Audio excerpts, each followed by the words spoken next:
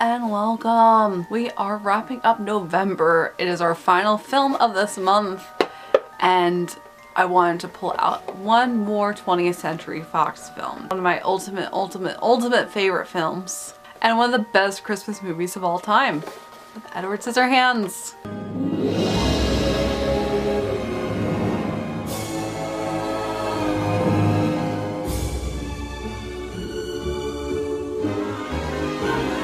Edward Scissorhands was released in 1990. It was directed by Tim Burton, who is another Disney legend, one of my idols, as well as stars Johnny Depp, another Disney legend, one of my favorite actors. So there's a lot of reasons why I want to include this one into it. Obviously, we talked about all year, 20th Century Fox is in the middle of being bought out by Disney.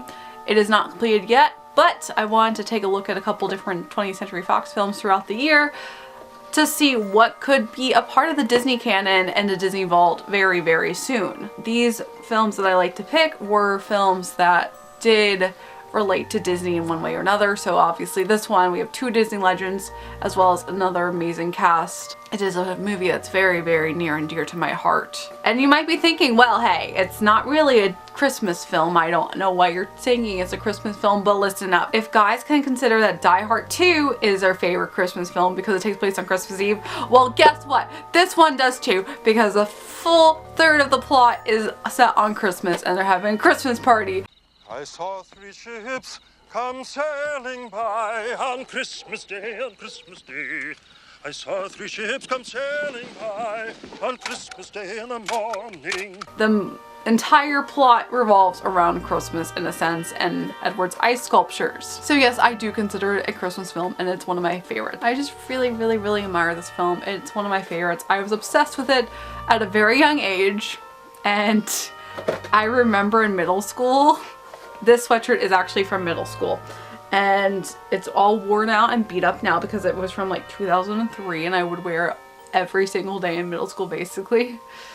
And I had a girl in my class who was afraid of Edward Scissorhands, and I remember one time she asked me not to wear it anymore because she didn't like seeing his face because it scared her. I never stopped wearing it. I love it. And I feel like it's not really a scary face, it's Johnny Depp. He's really sweet, but that's one thing I remember that I can relate to it as Edward Scissorhands story time. So I have this sweatshirt, I have a shirt that's left with his face on it, and I am just Edward trash.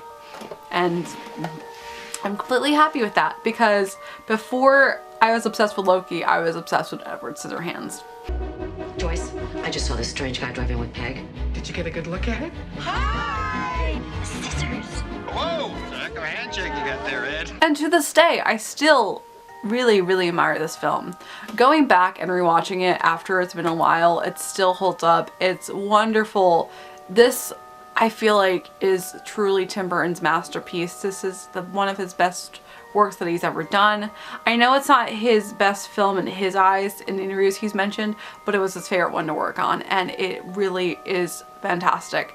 And also going back and looking at it, I also got a lot of Wes Anderson vibes from it. I haven't been able to do research on it, but I do wonder if Wes Anderson took some inspiration from Edward Scissorhands into his films, because there was a lot of similarities, especially with the set design and the backgrounds. The story of Edward Scissorhands is a very wonderful, sad tale where a wonderful Avon lady, played by Diane West, decides to go up to the castle at the end of the street that's quote-unquote haunted to try to sell her products after failing a couple times. She ends up finding Edward alone.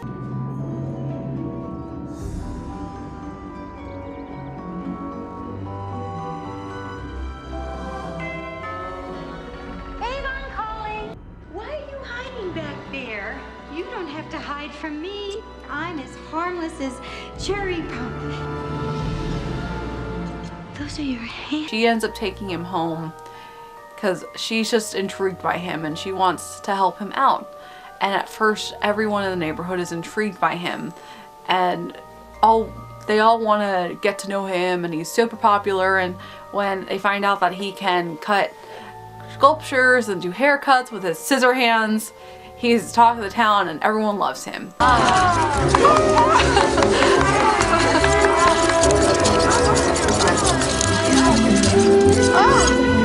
Is there anything you can't do? You take my very breath away, I swear. Look at this.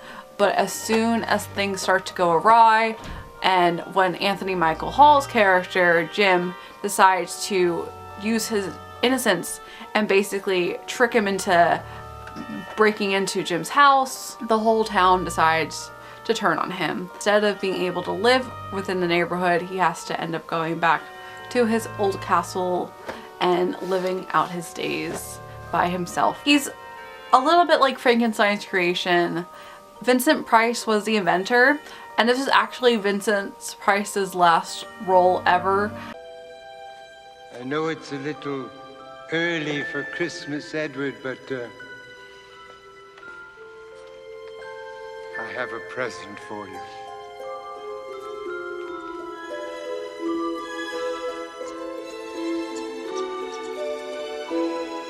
It was meant to be a lot longer, but because of Vincent Price's health, they had to cut a lot of it back. But it's really sweet. There's so many important messages in this film, and I just love the character development of everyone. I mean, I hate the neighborhood, but you know that you hate the neighborhood, and they're set up to be the villains of it. You see how hypocritical they are, and that they're just all fake and vain, and they just care about themselves. And Edward has a heart of gold, but because he is disabled, people don't understand him, and they don't want to understand him, and they just classify that he's a monster. He also is a metaphor for autism, because when it came out, it was the 80s and 90s, and this was also around the time that autism was really big, and people were just getting to know about it. So it's not official, but it's something that people can relate to. I just love this film so much. It's one of my favorites, and the messages are so important in there. And that you have your main plot. It's all about Edward trying to fit in, not being able to fit in, and accepting that he can't fit in, and that people don't matter, and you just have to be true to yourself in a sense.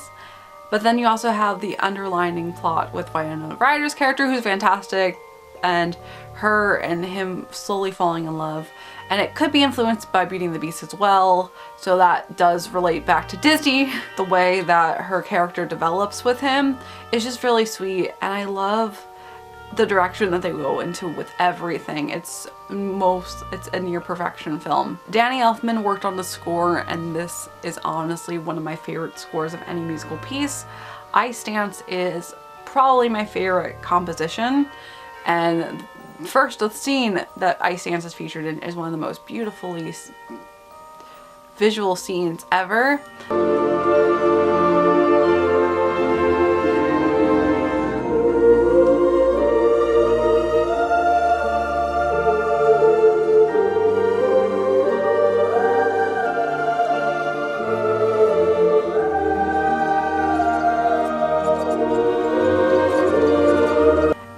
I still want to have this to walk down as my wedding song someday. It's been like that forever, so I'm very biased about everything in this film, but I feel like it really does hold up. It is a true perfection film, and if you haven't seen it, you need to see it because it's amazing. It's wonderful. It's sad, but it's really sweet. It's a bittersweet film, and I feel like those are so important to know about. I was obsessed with it in middle school. I am still in love with it today, so it does hold up. However, that is a wrap on our November films. Our dramas are done, even though we kind of went from dramas to holiday, and now we're going to transition. Tomorrow is December. Tomorrow is the last month of these reviews, and I'm so excited to wrap up this entire project. There's still a lot more to come, especially with our Christmas holiday films, so you can stay tuned. And as always, I hope you have a magical day, and I will see you real soon.